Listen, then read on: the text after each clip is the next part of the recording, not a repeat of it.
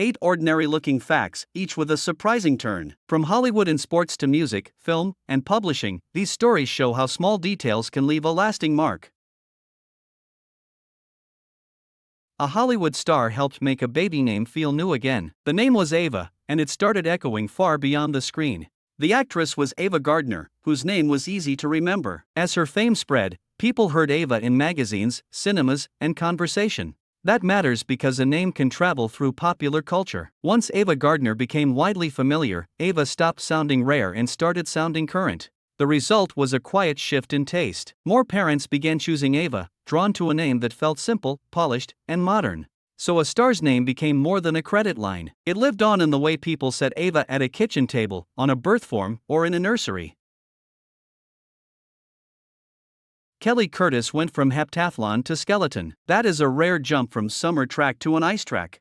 Heptathlon asks one athlete to handle several events. It builds speed, balance, and all-around control on the track. Skeleton rewards a different mix: a fast start, tight body control, and nerve on the sled. Those same athletic tools can still matter on the ice track. That makes the switch surprising, but understandable. The same training can travel from hurdles and jumps to a sled start. So Kelly Curtis became a clear example of athletic crossover. One body, two very different sports, and a track start on ice.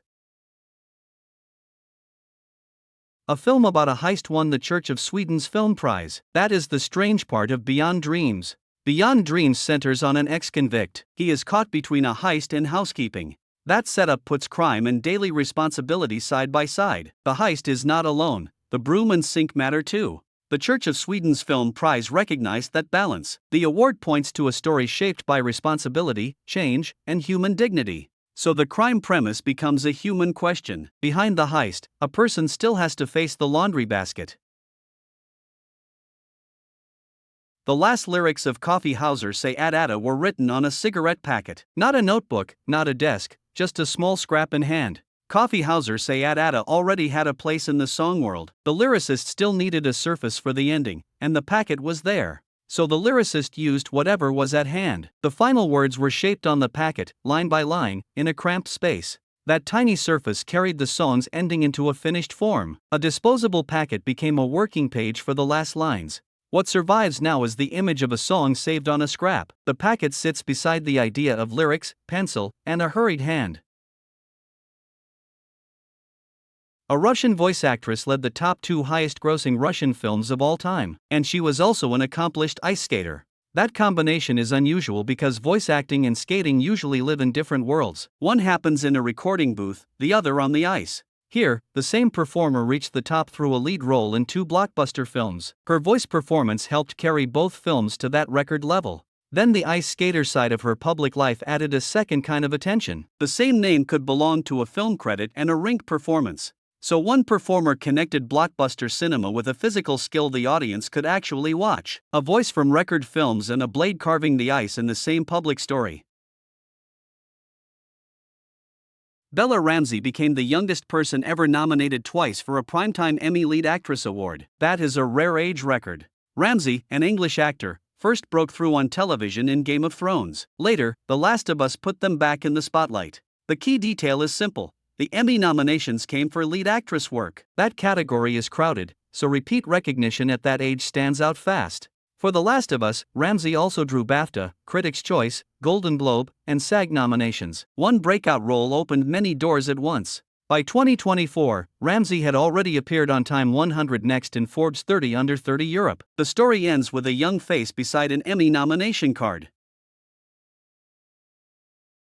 A British academic quit her job to raise 7 children. That is already unusual, but she also pushed music into the center of home life. Her name is Kadiatu Kanneh-Mason, and the choice was simple in shape. She left work so her days could center on children, home, and music. The turn was not a concert hall first. It was a house where practice, listening, and encouragement became the daily routine.